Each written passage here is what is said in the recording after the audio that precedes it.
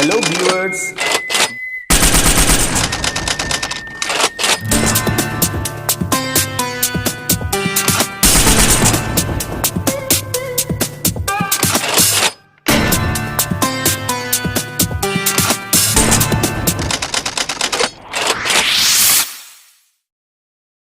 NPO called non-profit organization. As you already know that this chapter is for 10 marks. How many marks? 10 marks. NPO called non-profit organization which consists 10 marks, right? So in your exams it should be of 10 marks. Questions are coming from this, means the maximum number of question is 5. After that we have one more question, either in 5 marks or it should be in 2 or 3 marks question. तो इसीलिए ये chapter बहुत important होने वाला है. मैंने आपको पहले बताया था कि 40 नंबर का पेपर आएगा, 10 नंबर का तो और 7 मार्क्स का हमारा कैश फ्लो और 10 मार्क्स का हमारा NPO. If we are doing these 2 chapters properly ना, even that we are cross the exam. मैं I am just talking about, मैं किसकी बात कर रहा हूँ? सिर्फ क्रॉस करने की. तो हम इन चैप्टरों को अच्छे से पढ़ लें तो ही हमारे एग्जाम क्रॉस हो जाएंगे दोनों. तो फॉर दैट सबसे पहले हम लोग एनपीओ से शुरू करने वाले हैं. एनपीओ के बारे में अगर हम नॉर्मल सी थोड़ा सा जाने एनपीओ के बारे में क्या होता है एनपीओ, तो एनपीओ एक नॉन प्रॉफिट ऑर्गेनाइजेशन है. जैसे आपने देखा होगा जैसे टाटा है, रिलायंस है, they are the profit paying organisations, right? Beside that कभी कभी सुना है Lions Club, Rotary Club, these are called, ये क्या है? ये नॉन प्रॉफिट ऑर्गेनाइजेशन है. ये ऐसी ऑर्गेनाइजेशंस हैं जो सिर्फ और सिर्फ वेलफेयर के लिए बनी हैं, जो सिर्फ वेलफेयर करती हैं, आइदर अपने ही पर्सन्स का, मतलब अपने ही मेंबर्स का, और द एंटायर कम्युनिटी, राइट? इसके अलावा बहुत सारी मैंने सुना है परशुराम सभा है, पंजाबी सभा है, सिंधी सभा है. ये सब चीज़ें जो आप ऑर्गेनाइजेशन के नाम सुन रहे हो, they all are called non profit organisation. ये सब क्या है? Non profit organisation. अब बहुत सिंपल सी बात है, अगर प्रॉफिट ऑर्गेनाइजेशन नहीं है तो P&L अकाउंट थोड़ी ना बनाऊंगा, नहीं बनाऊंगा ना. तो यहाँ पर P&L अकाउंट की जगह पर बनता है income and expenditure account. Actually में ये कंसिस्ट करता है 4 अकाउंट्स. पहला रिसीट एंड पेमेंट, दूसरा इनकम एंड एक्सपेंडिचर, और तीसरा और चौथा opening balance sheet, closing balance sheet, है ना. लेकिन विद दैट हमें क्या करना है? रिसीट एंड पेमेंट पे जाना ही है. Receipt and payment is already coming, जो ऐसा क्वेश्चन बनकर आएगा जो ऑलरेडी आपको, मतलब रिसीट एंड पेमेंट क्वेश्चन बनकर आएगा. रिसीट एंड पेमेंट करना नहीं होगा वहां पर, ठीक है. तो अब हमारे पास बचते हैं सिर्फ 3 account, income expenditure, opening balance sheet and closing balance sheet. अब opening balance sheet, closing balance sheet आप पहले जानते हो, हमने 11th में पढ़ा था इनकम्प्लीट अकाउंट, इनकम्प्लीट अकाउंट्स में, है ना. लेकिन इनकम एक्सपेंडिचर नया है, उसके बारे में हम लोग पढ़ते हैं. किसके बारे में पढ़ते हैं? इनकम एंड एक्सपेंडिचर के बारे में पढ़ते हैं. तो इनकम एंड एक्सपेंडिचर अकाउंट क्या होता है उसके बारे में छोटा सा डिस्क्रिप्शन लेते हैं, फिर आगे उसका फॉर्मेट पढ़ेंगे. जो भी ऐसी इनकम है जो छोटे समय के लिए है, शॉर्ट टर्म के लिए, right, we are putting in income and expenditure.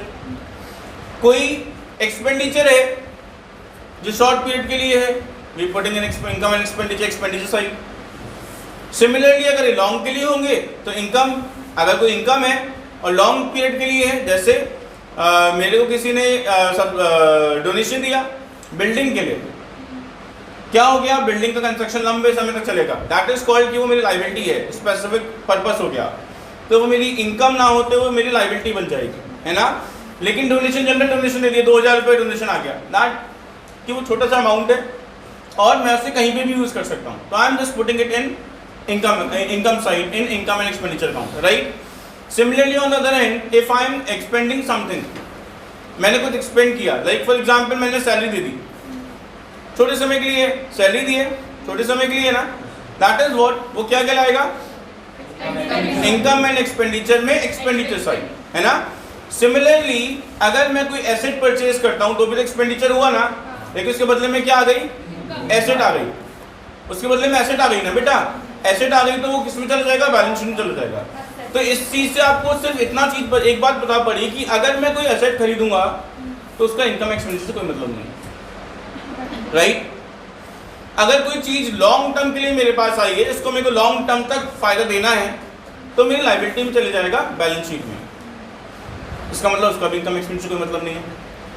Income and expenditure में बेसिकली हम लोग सिर्फ और सिर्फ करंट ईयर की बात करते हैं।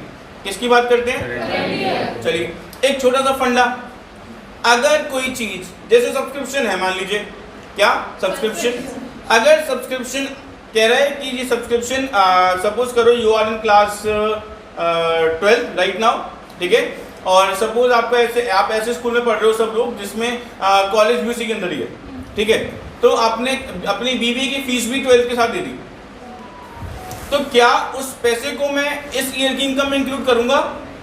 नहीं करूंगा। इसका मतलब मुझे अगर कुछ एडवांस में आया हुआ है जो फ्यूचर ईयर का है उसे माइनस कर देना है। अच्छा एक और बात, मैंने अपने 11th की फीस नहीं दी थी, 12th में दे दूंगा। 11th की फीस 12th में आ गई, तो क्या वो मेरी इनकम है इस साल की? नहीं, वो तो प्रीवियस की है ना, मैंने प्रीवियस ईयर में रिकॉर्ड करी होगी, तो हमें वो भी माइनस कर दूंगा। तो यहाँ पर बेसिक फंडा क्या है? यहाँ पे बेसिक फंडा है करंट ईयर का, जो भी करंट ईयर का है ऐड कर लो, जो भी कोई भी एक्सपेंस कोई भी इनकम इस ईयर से रिलेटेड है जिस ईयर के हम अकाउंट्स बना रहे हैं ऐड कर लो, अदरवाइज सब्ट्रैक्ट कर दो, राइट। बहुत सारी बातें आप सुनोगे जैसे ऑनरेरियम है ना। अब सर ये ऑनरेरियम क्या होता है? तो मैंने आपको बताया ऑनरेरियम हमारा एक्सपेंडिचर है। क्या है? एक्सपेंडिचर, ठीक है, लेकिन ऑनरेरियम है क्या? तो ऑनरेरियम का मतलब होता है सम्मान। ऑनर से बना है ना, ऑनर से बना है ऑनरेरियम। एक्चुअली सपोज मैंने किसी को गेस्ट फैकल्टी के लिए एज अ गेस्ट लेक्चर किसी को बुलाया, उसको मैंने जब वो आए और वेलकमिंग किया, मैंने उनका तो माला पहना दी, बुके दे दिया, क्या है ये? ऑनरेरियम है। जा रहे थे मैंने उनको एक शील्ड दे दी उनका ऑनर करने के लिए, ऑनरेरियम है, एक्सपेंडिचर है, एक्सपेंडिचर डाल दूंगा। एक बात और आती है लेगेसी, है ना। लेगेसी में कंफ्यूज हैं आप लोग। लेगेसी की अगर हम बात करें तो किसी कोई इंसान जिसकी शायद कोई और वी से दैट किसी कोई आगे वाली कोई जनरेशन नहीं है समहाउ, और किसी की होगी, ऐसा भी पॉसिबल है, वो चाहते हैं कि मेरी सारी संपत्ति पर्टिकुलर इस ऑर्गेनाइजेशन के नाम हो जाए, right. Suppose like for example R Tata, Ratan Tata ji, है ना। For Ratan Tata ji saying that कि भाई ऐसा करो भाई मेरी सारी प्रॉपर्टी अभिनव वशिष्ठ के नाम कर देना, ठीक है। अब क्या हुआ कि ये जो प्रॉपर्टी उन्होंने बोला अभिनव वशिष्ठ के नाम कर देना, दैट इज कॉल्ड लेगेसी। ये क्या है? लेगेसी है, मतलब ऐसी कोई चीज जो किसी ने किसी के नाम पे कर दी and we take it as for the liability side. हमसे किस में लेते हैं? लायबिलिटी में लेते हैं, राइट। क्लियर है? With that one more question is entrance fees. Sir entrance fees से क्या करना है? बिल्कुल भूल जाओ, एंट्रेंस फीस में कुछ करना है। एंट्रेंस फीस मेरी इनकम है, मैं इनकम में डालूंगा इनकम एक्सपेंडिचर अकाउंट में। लेकिन सर कभी कभी मैंने सुना बैलेंस शीट में भी आती है, हाँ आती है, लेकिन बैलेंस शीट में सिर्फ तभी आती है जब नीचे लिखा होता है कैपिटलाइज कर दिया गया। अगर एडजस्टमेंट में लिखा है entrance fees is capitalised at that time, उस समय पर आपको क्या करना पड़ेगा? उसको बैलेंस शीट में डालना होगा, otherwise it is income part of your income and expenditure account, right. Clear है? एक और concept, general and specific donation with endowment fund. दो आर सेम, एक्चुअली दोनों लगभग क्या है? सेम ही है। इंडोमेंट फंड में भी कोई हमें गिफ्ट दे जाता है, डोनेशन में भी, डोनेशन भी क्या एक टाइप ऑफ गिफ्ट है। लेकिन अगर हम बात करें यहाँ पे हमारे डोनेशन की, किसकी? डोनेशन की, तो यहाँ पर हम बात करेंगे दो टाइप की डोनेशन हमारे पास होते हैं, एक जनरल डोनेशन और एक स्पेसिफिक डोनेशन। अगर मेरे को किसी ने पैसा दिया, भाई ये लो 5 करोड़ रुपए, जो मन चाहे वो कर लेना मतलब यूज ऑर्गेनाइजेशन में ही करना है, लेकिन आप इसे कहीं पे भी लगा सकते हो, तो दैट इज जनरल पर्पस। वो जनरल पर्पस के लिए मैं किसी भी जगह पे लगा सकता हूँ। कुछ पैसा मैंने अपनी बिल्डिंग के मेंटेनेंस में लगा दिया, कुछ वर्कर्स मैंने अलग से अपॉइंट कर लिए, कुछ भी किया मैंने, दैट इज कॉल्ड कि वो किस में आएगा? जनरल वाला इनकम में आएगा, इनकम एंड एक्सपेंडिचर में इनकम साइड में आएगा। लेकिन अगर डोनेशन मिला है स्पेसिफिक पर्पस के लिए, जैसे पवेलियन बनाने के लिए, या फिर फॉर एग्जांपल बिल्डिंग को मेंटेन करने के लिए, स्विमिंग पूल के लिए, तो these type of donations are called specific in nature, and when the donations are specific in nature, they are come in the liability side of a balance sheet. ठीक है? ये तो था हमारा छोटा सा overview of this chapter, right. With subscription का एक और इशू है, सब्सक्रिप्शन क्या है सर, एक्चुअली में सब्सक्रिप्शन होता क्या है ना, और लाइफ मेंबरशिप फीस क्या होती है, दोनों में फ़र्क क्या है, सब्सक्रिप्शन में और लाइफ मेंबरशिप फीस में फ़र्क क्या होता है। सब्सक्रिप्शन और life membership fees, subscription is a main earning of a organisation, ये एनपीओ की सबसे मेन अर्निंग है जिसका नाम है सब्सक्रिप्शन, राइट। जिसमें जनरली लगेगा वो वाला मेथड जो मैंने अभी आपको बताया कि जो करंट ईयर का है उसे ऐड करेंगे, प्रीवियस ईयर वालों को माइनस कर देंगे, राइट। वो मेन अर्निंग है किसी भी ऑर्गेनाइजेशन के एनपीओ की। लेकिन लाइफ मेंबरशिप फीस क्या है, तो लाइफ मेंबरशिप फीस की अगर हम बात करें तो एक ऐसा पैसा जो मुझे किसी को लाइफ टाइम सर्व करने के लिए मिल गया, पैसा तो मुझे मिल गया लेकिन मैं उसे लाइफ टाइम तक सर्व करूंगा तो मर नहीं जाएगा जब तक, राइट। ऐसी चीज़ों को हम क्या मानते हैं, लॉन्ग टर्म के लिए मानते हैं। और आपको याद होगा शुरू में मैंने आपको बताया था लॉन्ग टर्म के लिए जो भी चीज़ होती है कहाँ आएगी, बैलेंस शीट में, कहाँ आएगी, बैलेंस शीट में, है ना।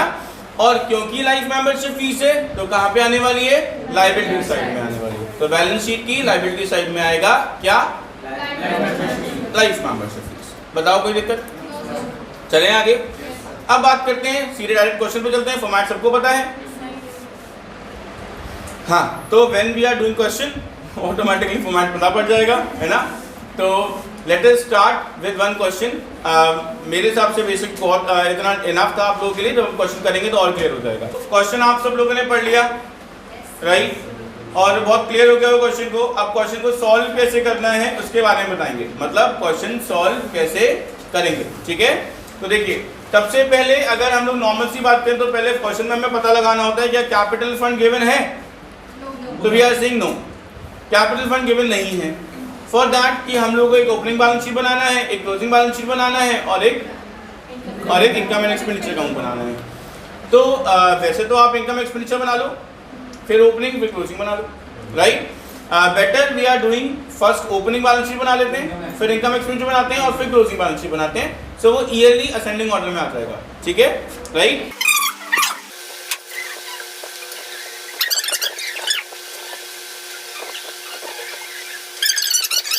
सबसे पहले आपको अपने क्वेश्चन की एडजस्टमेंट्स पढ़नी है और एडजस्टमेंट्स पढ़कर ये पता लगाना है कि कौन कौन सी चीज़ें हैं जो 2018 से रिलेटेड हैं।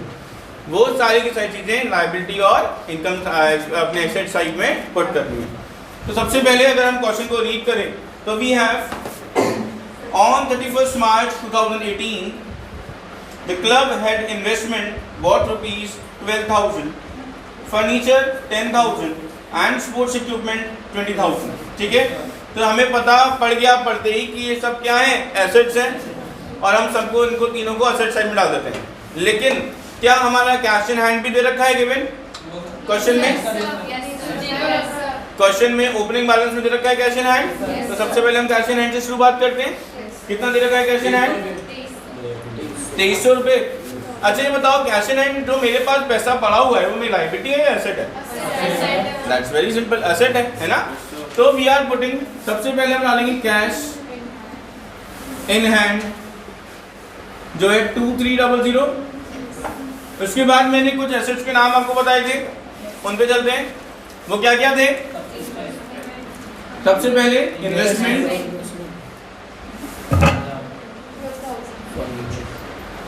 इन्वेस्टमेंट 12,000, आफ्टर दैट फर्नीचर 10,000,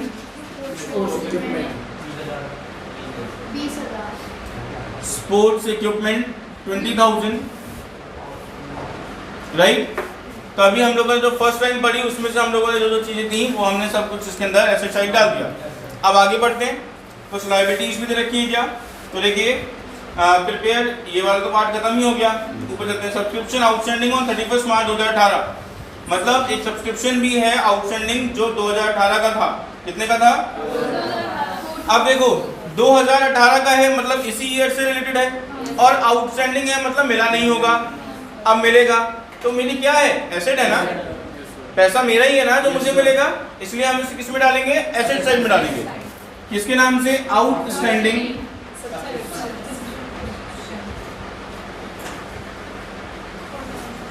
तो हमने डाला आउटस्टैंडिंग सब्सक्रिप्शन के नाम से, व्हाट अमाउंट 4000। क्लियर है? कोई डाउट? ठीक है, अब ये वाला पार्ट भी क्लियर हो गया। अब सबसे पहले अब आगे बढ़ते हैं। ऑन 31 मार्च 2019 वॉज 6000, लेकिन 2019 का है तो क्लोजिंग बैलेंस शीट का पार्ट है, इसमें कुछ नहीं करने वाले। Salaries outstanding 31 March 2018 and on 31 March 2019 was 2000 and 2500। तो सैलरी आउटस्टैंडिंग है 2018 की। अच्छा बताओ, सैलरी अगर आउटस्टैंडिंग है मतलब मैंने नहीं दी होगी, सब्सक्रिप्शन आउटस्टैंडिंग था तो मतलब मुझे नहीं मिला होगा, लेकिन मेरी एसेट नहीं मुझे मिलेगी। लेकिन यहाँ पर अगर सैलरी रेंट अगर आउटस्टैंडिंग है इसका मतलब मैंने नहीं दिया होगा। अगर मैंने नहीं दिया होगा दूंगा तो सही ना, that is called my liability. वो क्या कहलाता है, मेरी लाइबिलिटी कहलाती है। So we are putting this side outstanding salary.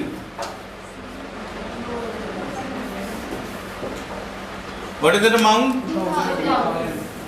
2000, right. और इसके अलावा हमारे पास कुछ भी नहीं बचा। हम सिंपल क्या करेंगे, इस क्वेश्चन का बैलेंस मैच करेंगे। टोटल करते हैं 48,300।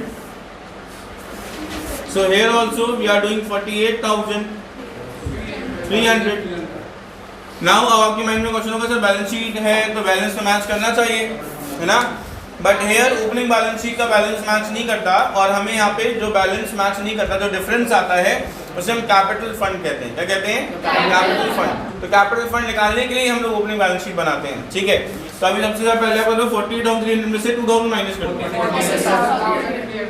46,300 आ गया, जो किसके नाम से आएगा, कैपिटल फंड, जो क्या है, बैलेंसिंग फिगर है, ठीक है।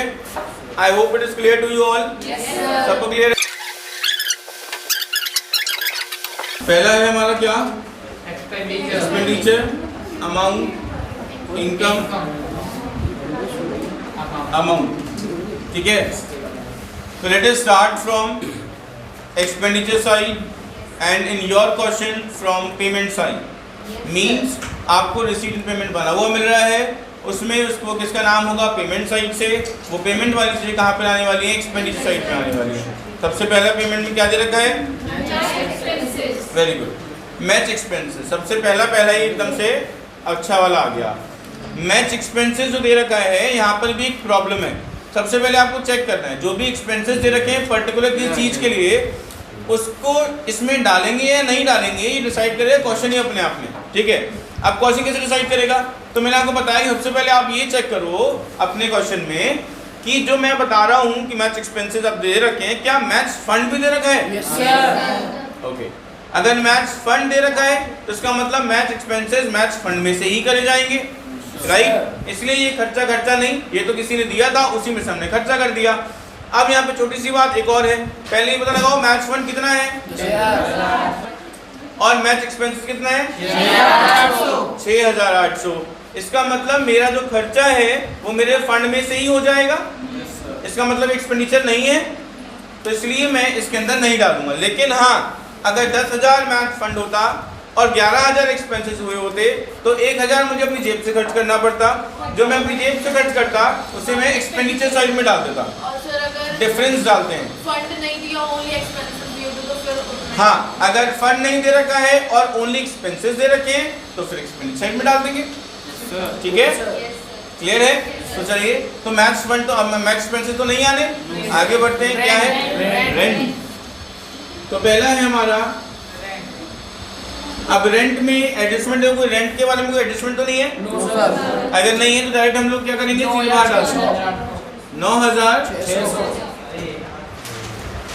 9,600, ठीक है। उसके बाद नेक्स्ट क्या है, सैलरी। तो 2 सैलरी, लेकिन सैलरी के बारे में कुछ कह रहा था, ठीक है। सैलरी कितने रुपए की है, 24,000, तो 24,000 रुपये हमने अंदर लिख दिए, ठीक है। और मैंने आपको बताया था स्टार्टिंग में ही कि अगर सैलरी दे रखी है और कोई भी करंट ईयर का आउटस्टैंडिंग है तो ऐड होगा, कोई करंट ईयर का प्रीपेड है तो वो माइनस होगा, है ना। तो यहाँ पर क्या आपको करंट ईयर कोई आउटस्टैंडिंग गिवन है? Yes, sir. कितने रुपए गिवन है? 2500 2500। करंट ईयर कौन सा है? कंफ्यूजन है ना। करंट ईयर है 19। Yes, sir. देखो ओपनिंग बनाई थी 18 में और क्लोजिंग बनाएंगे 19 की। Yes, sir. इसका मतलब 19 जो है वो करंट ईयर है। तो 19 वाली चीजों को ऐड करेंगे। अभी आउटस्टैंडिंग सैलरी दे रखी है 19 की 2500 रुपए, तो हम ऐड करेंगे यहाँ पे ऐड आउटस्टैंडिंग सैलरी 2500 रुपए। दोनों को ऐड करेंगे कितना आएगा?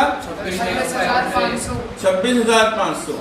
फिर इसमें से लेस करेंगे आउटस्टैंडिंग सैलरी 2000 ये जो कि जो प्रीवियस ईयर की है ना, कितनी है? 2000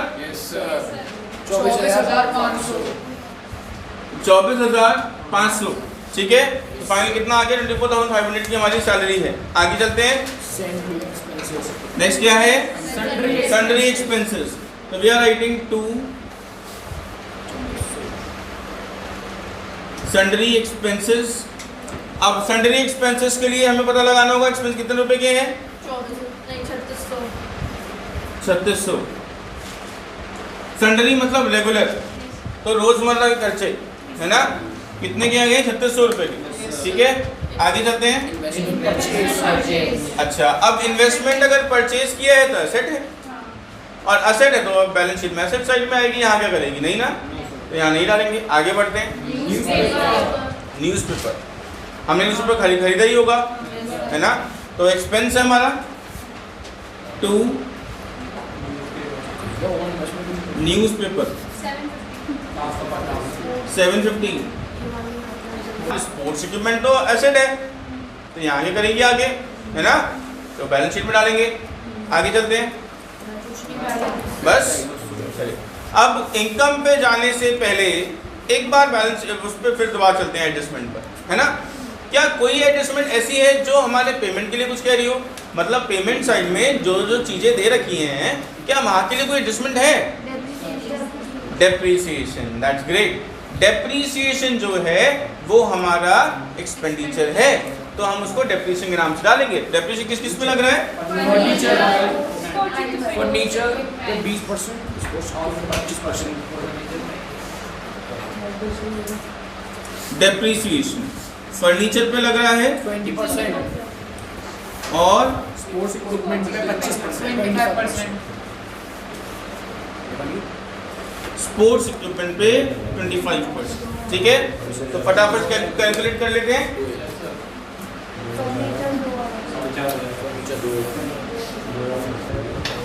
देखो भाई, स्पोर्ट्स इक्विपमेंट पे डेप लगाने से पहले ही देख लीजिएगा कि एक स्पोर्ट्स इक्विपमेंट है तो 2018 में खरीदा था वो, और एक स्पोर्ट्स इक्विपमेंट है जो आपके क्वेश्चन में दे रखा है 19 वाला, दोनों को खरीदा है ना। और अकाउंट को बनाते हैं 31 मार्च को बनाते हैं, मतलब पूरा साल हो गया इसको लिए हुए। डेट हमें मेंशन नहीं है तो हम पूरे ईयर का मानेंगे। ठीक है, तो यहाँ पर सबसे पहले ऊपर दे रखा है कितने का? 32,000 का, और नीचे कितने का दे रखा है? 20,000 का। 32 और 20 52,000। 52,000 का 25% निकालेंगे कितना आएगा? 13,000 रुपए। तो हमने स्पोर्ट्स इक्विपमेंट पे डाल दिया 13,000 रुपए, और यहाँ का 2,000 मिला कितना हो गया? 15,000। आई होप इट इज क्लियर। अभी कोई और एडजस्टमेंट कह रहा है इसके बारे में? नहीं। चले हम इनकम साइड में। चलिए अब बात करते हैं हमारे मेन मोटिव की, है ना, इनकम के लिए, है ना। सभी लोग इनकम के लिए पीछे भाग रहे, हम भी भाग लेते हैं, है ना। चलो तो स्टार्ट करते हैं।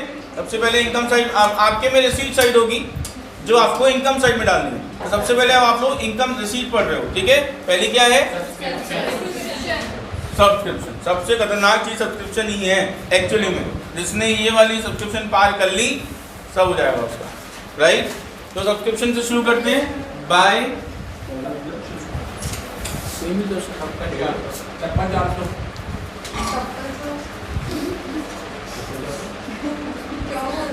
बाय सब्सक्रिप्शन 56,400 का गिवन है हमको।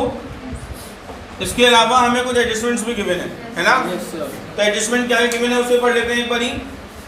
एडजस्टमेंट है सब्सक्रिप्शन आउटस्टैंडिंग ऑन 31 मार्च 2018, वो क्या है 4,000 रुपये। एंड सब्सक्रिप्शन आउटस्टैंडिंग ऑन 2019 कितना? अब फिर से मैं उसी वाले पॉइंट पे चलते हैं कि मैंने क्या बताया था। मैंने कहा था करंट ईयर का होगा तो ऐड कर देंगे, प्रीवियस ईयर का हो या फ्यूचर ईयर का तो माइनस कर देंगे। अब मुझे ये याद नहीं करना कि आउटस्टैंडिंग एट द बिगिनिंग हम क्या करते हैं, आउटस्टैंडिंग एट द एंड हम क्या करते हैं, नहीं, हमें देखना है कि है क्या। तो हमने देखा कि जो सब्सक्रिप्शन दे रखा है वो दे रखा है एक 19 का और एक 18 का। 18 वाला इस साल का नहीं है तो माइनस करेंगे, 19 वाला इसी साल का है तो ऐड करेंगे, बस बात खत्म है ना। तो ऐड करते हैं, ऐड आउटस्टैंडिंग सब्सक्रिप्शन, बगल में लिख दिया 19, या फिर एट द एंड भी कर सकते हैं और बिगिनिंग भी कर सकते हैं उसको। कितना? 6,000, इट बिकम्स 62,400। तो इसमें से लेस करेंगे आउटस्टैंडिंग सब्सक्रिप्शन 2018 का जो कि 4,000 रुपीज है, 58,400। अगर सब्सक्रिप्शन समझ में आ गया है तो बस बहुत कुछ समझ में आ गया क्वेश्चन में, ठीक है। तो 50% क्वेश्चन तो यहीं पे सॉल्व हो गया, तो सब्सक्रिप्शन में आ गया, राइट। अब आगे चलते हैं, सब्सक्रिप्शन के अलावा क्या दे रखा है? इंटरेस्ट में भी थोड़ा सा हमें देखना पड़ता है, क्या कोई इन्वेस्टमेंट दे रखा है? क्या इन्वेस्टमेंट पे परसेंटेज भी गिवन है? नहीं गिवन है, तो कोई बात नहीं, तो इजी क्वेश्चन है। लेकिन अगर इन्वेस्टमेंट पे परसेंटेज गिवन होता, सपोज करो लिखा होता 5 लाख का इन्वेस्टमेंट एट द रेट 10%, और नीचे दे रखा हुआ सपोज करो 5 लाख का 10% कितना हुआ? 50,000। नीचे दे रखा है इंटरेस्ट पेड 4,000 रुपये, इंटरेस्ट रिसीव 40,000 रुपये मान लीजिए, इसका मतलब 10,000 और आना चाहिए था, नहीं आया, तो हम ऐड करते हैं उसको यहाँ पर। वो तब सोचना है जब हमें परसेंटेज रेट गिवन होता है इन्वेस्टमेंट के साथ। अभी इस क्वेश्चन में आपको इन्वेस्टमेंट्स खाली गिवन है, कोई परसेंटेज गिवन नहीं है, तो हमें नहीं पता कितना परसेंट की हमें इनकम आने वाली है उस इन्वेस्टमेंट पे। जितना दे रखा है बस वही हमारी इनकम है। तो इंटरेस्ट कितना दे रखा है? 300। इंटरेस्ट 300। और बताइए डोनेशन। अब डोनेशन स्पेसिफिक है जनरल है? कैसे पता? जब सिर्फ डोनेशन दे रखा है और कुछ नहीं बोल रहा है तो हम उसे जनरल डोनेशन मानेंगे। क्या मानेंगे? ठीक है, तो यहाँ लिख देते हैं बाय डोनेशन।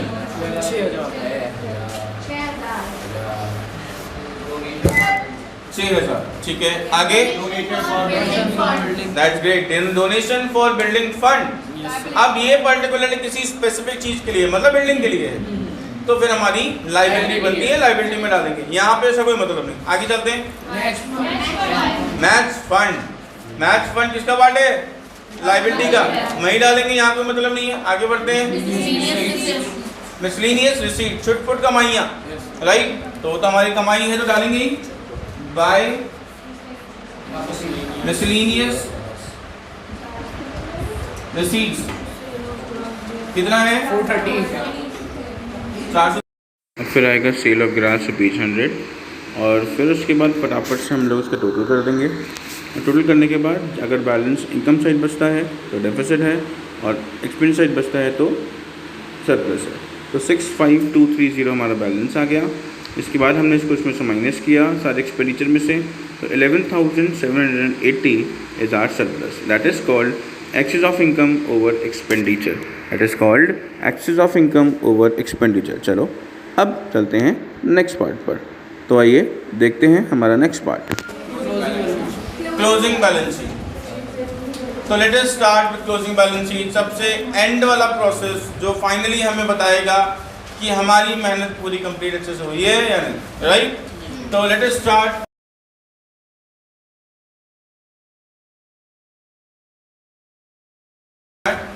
राइट, अब हम वापस से शुरू करेंगे अपने रिसीट पेमेंट आप अकाउंट पे आएंगे और फिर देखेंगे कौन कौन चीज़ें अभी तक हमने यूज़ नहीं करी, वो सब कहाँ पे आने वाली हैं? बैलेंस शीट में। बैलेंस शीट में। तो let us start from liability first. पहले लायबिलिटी से शुरू करते हैं, ठीक है। तो सबसे पहले लाइबिलिटी साइड में देखिए, मतलब क्या क्या चीज़ रह गई है, जो रह गई है उसके बारे में बात करते हैं, ठीक है। तो जैसे मैंने आपको बताया था, पहले एडजस्टमेंट पे चलेंगे। एडजस्टमेट दो जगह आती हैं, एडजस्टमेंट दो जगह आती हैं, है ना। तो कहाँ पर आई कहाँ पर नहीं, इसके बारे में बात करते हैं। या दो के बाद 3 जगह भी आ सकती है, लेकिन मिनिमम 2 जगह तो आनी ही आनी है, ठीक है। तो अभी हम लोग सबसे पहले स्टार्टिंग से शुरुआत करते हैं, जिसमें लिखा हुआ है सब्सक्रिप्शन आउटस्टैंडिंग ऑन 31 मार्च 2018 4000। ये 4000 एक बार तो क्लोज ओपनिंग में आया था और एक बार इनकम एंड एक्सपेंडिचर में आया था। फिर बोल रहे हैं ऑन 31 मार्च 2019 6000 एक बार तो इनकम एक्सपेंडिचर में आया, लेकिन क्लोजिंग में नहीं आया। इसका मतलब क्लोजिंग में डाल देते हैं। तो वी आर राइटिंग सब्सक्रिप्शन है ना कि सैलरी थी, सब्सक्रिप्शन है तो एसेट होगी हमारी।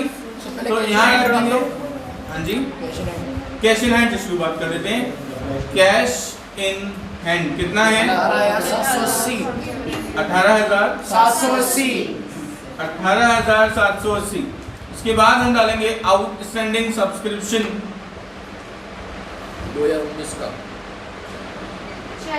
2019 वाला जो है हमारा 6000, ठीक है। आगे बढ़े, उसके बाद है हमारा सैलरी आउटस्टैंडिंग 31 मार्च 2018 और 19 की है 2500 रुपये, और आउटस्टैंडिंग है तो लायबिलिटी साइड में आएगी। तो we are writing outstanding salary, it is 2500, ठीक है, क्लियर है। After that we have on 31 March 2018 the club had the investment worth ₹12,000। भाई जो एसेट हमारे पहले थी वो अभी भी तो होंगी, अनटिल एंड अनलेस हमने उसे बेचा नहीं होगा। अभी तक तो कोई बेचा ही नहीं, इसका मतलब जो पुरानी वाली थी वो सब अभी वाली भी होंगी। सबसे पहले इन्वेस्टमेंट की बात करते हैं। इन्वेस्टमेंट कितना है? 12,000 का। क्या इन्वेस्टमेंट 12,000 के अलावा ऊपर भी बॉक्स में कहीं दे रखा है? तो इन्वेस्टमेंट अगर 12,000 का दे रखा है तो इन्वेस्टमेंट 12,000 के अलावा कितने का दे रखा है? 30,000 30,000 का 30,000 का ऊपर दे रखा है और 12,000 का नीचे दे रखा है। तो मिला के 30 + 12 इट इज 42,000 रुपीज। तो we are writing investment 42,000. Either you are showing that the investment is 12,000, further purchase investment is whatever it is 30,000. So we are making it at 42,000. ठीक है, or directly you are writing. After that, let me go for furniture. Furniture is for rupees 10,000, but furniture is already given in the question also. Given or not? No, not given. So we are writing furniture. But furniture पे Depp लगा था। Furniture कितने 10,000 का furniture है? तो we are writing 10,000 less depreciation 2,000. It becomes 8,000. Right? Yes sir. Okay. Now after furniture we have sports equipment. Okay, so we are writing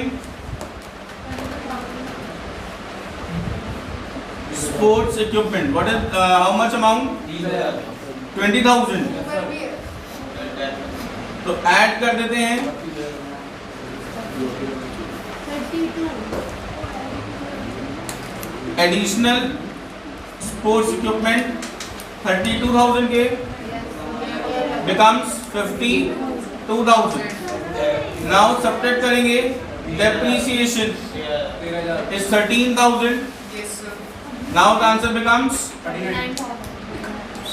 39,000. Okay, clear है? Yes sir. Now after that अब कुछ नहीं है, अब ऊपर चलते हैं बॉक्स में। अब देखो वहाँ पे कोई एसेट है जो हमने रिकॉर्ड ना करी हो अब तक। मैच एक्सपेंस वो तो इधर ही आएगा ना, हो गया ना? इधर वाला खत्म सारा। ऊपर बॉक्स में कोई एसेट नहीं दिख रही, चले इधर, ठीक है। वी आर राइटिंग सबसे पहले डालेंगे मैच फंड। मैच फंड कितने का है? 10,000 का। लेस करेंगे मैच एक्सपेंसेस 6,800, इट बिकम्स 3,200, ठीक है, क्लियर है? Yes sir. उसके बाद डोनेशन है Yes sir. कौन सा स्पेसिफिक डोनेशन किसके लिए है? Donation for building 50,000 Yes, sir. बस। Okay. और कुछ गिवन है? कैपिटल फंड पे चले। Capital fund opening balance sheet का बैलेंसिंग फिगर कितना आ रहा था? 46 में ऐड करेंगे surplus 11,780. 11,780 58,080 Yes, sir. Yes, sir. Total बता रहे बच्चे. इस वाले का 1,13,780. 1,13,780। हाँ सर ये सही हाँ सर हाँ. ये ना तू कर रहा है?